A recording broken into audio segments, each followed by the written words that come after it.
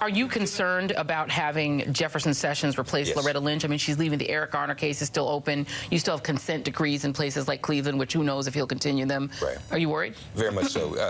Jefferson Sessions, I said it right this time. Jefferson Beauregard. I didn't say Jefferson Davis.